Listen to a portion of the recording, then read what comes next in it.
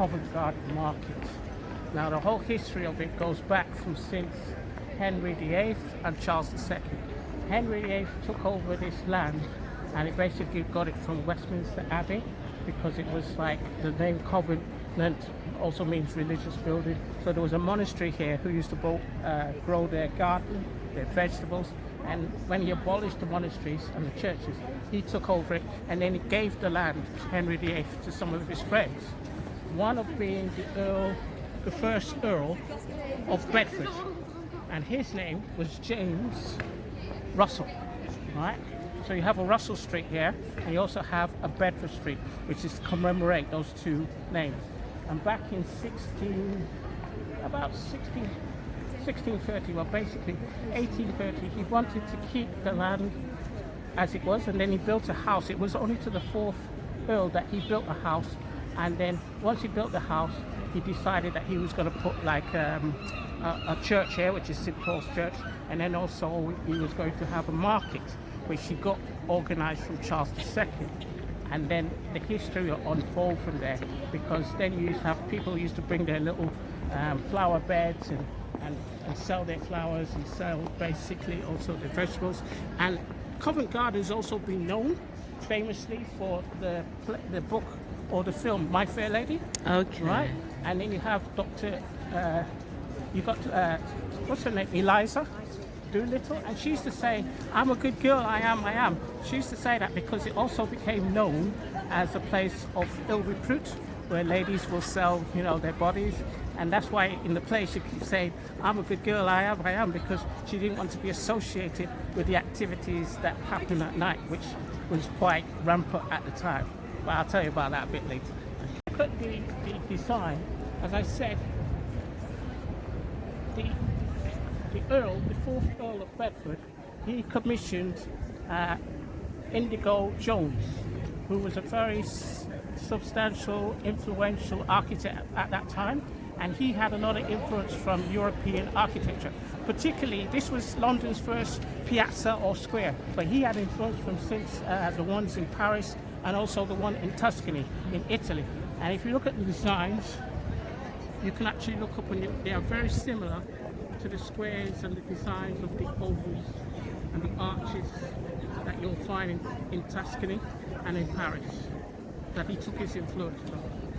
But we're going to go through, because this tour is kind of designed for my client Esther here, and I know she likes cold, so we're going to go into the Royal Opera House because we've got a little surprise for her. Oh.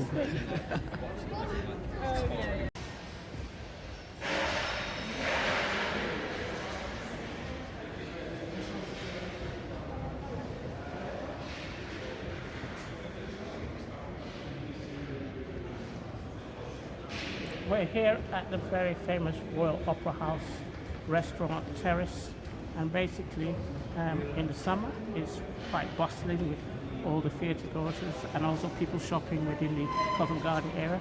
It's a real mishmash of a place, and we've got a shop downstairs as well, and it opened in 1999.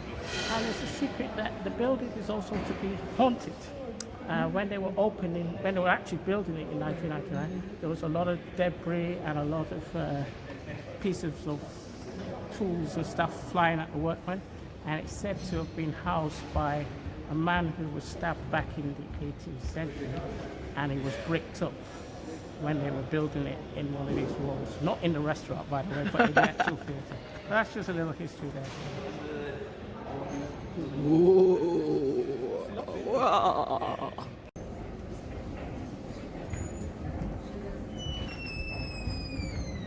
It's just that these are the original. They're the original. This is from Sleeping Beauty. But look at that waist. She must have been tiny.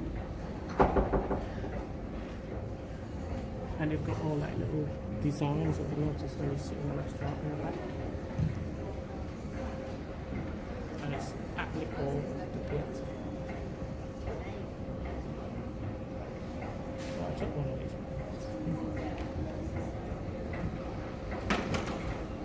It's a lovely piece of work.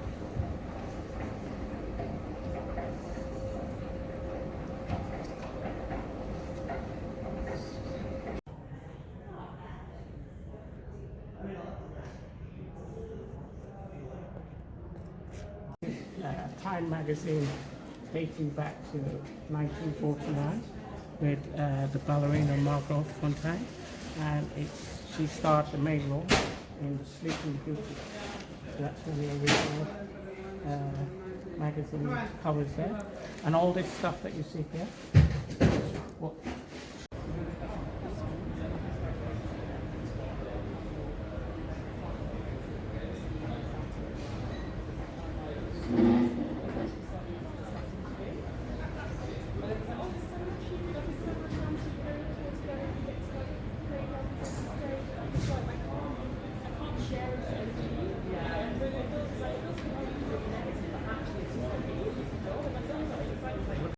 In Covent Garden, you'll see a lot of floral decorations, because basically that's in keeping with the original market, which is to sell flowers and also vegetables.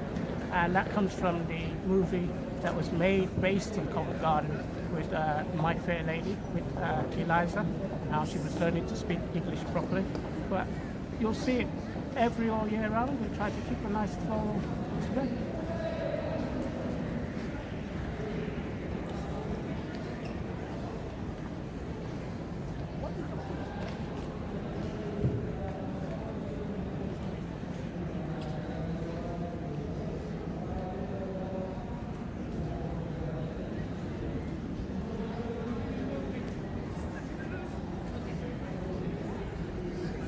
We're here at the famous St. Paul's Church, designed by the architect of his day, Indigo Jones, commissioned by the 4th Earl of Bedford. But he designed this church, and the Earl actually said to him, because he said, "What kind of church would you like to be placed?" He said, "Give me a barn." So he made this church as basic as it is. Basically, there's a courtyard at the back, but he didn't want to spend a lot of money on it. But he wanted a place fitting with the area, and he said, "Give me a place that is for gentlemen of fit ability." So that was the kind of brief that he had in making this church. Also, I would move you on to another gentleman here, if you can see this plaque for a while.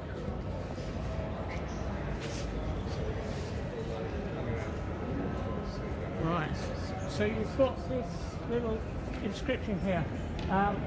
It's about Punch and Judy. It was the first place where Punch and Judy was actually mentioned, and it was mentioned by a man called Samuel Pepys. I don't know if you know Samuel Pepys, but he was born in that century when basically he wrote some diaries that became famous. He was into art, he was into women, he was into food, he was into performance, he was into all kinds of things, but with a passion. They almost said that Samuel Pepys, when he wrote his diaries, he was very young, but he wrote everything as if he saw life for the first time, which reminds me a bit about my client here today, Esther.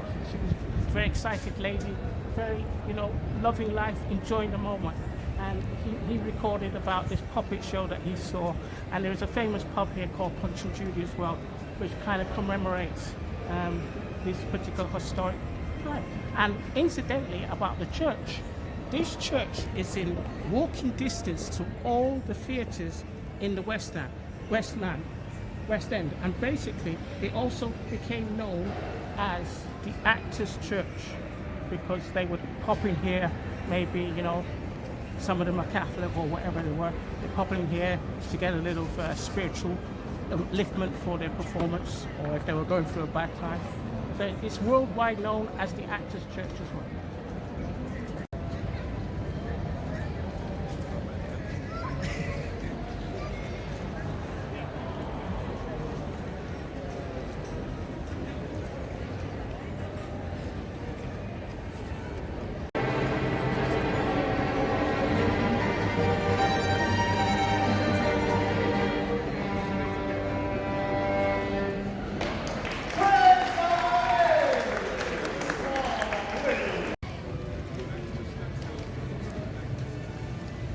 So this is the Jubilee Market Hall, and I think this really captures the nostalgic original market atmosphere, because really in this part of the market you've got a lot of craftsmanship, handmade things that people have made, and come to Salon here.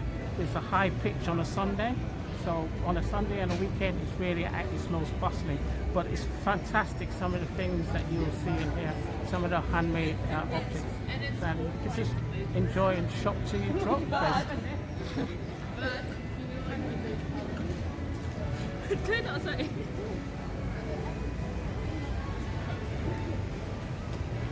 Famous, oldest English traditional restaurant, apart from Simpson on the Strand, which is Rules, established in 1798, and you do all the traditional beef carvery and the Sunday roast.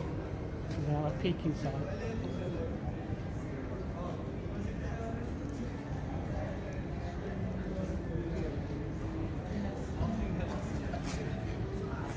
Some of these places featuring books like Sherlock Holmes, where he would say that he was eating with so-and-so or Dr. Watson at The Simpsons, or they were having lunch at Rules. So they work into the literary of the day books. They're the most famous place that you would go in London, apart from dining at the Savoy.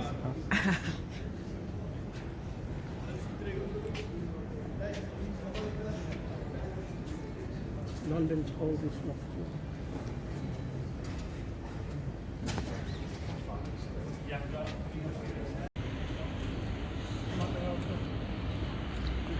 Yeah.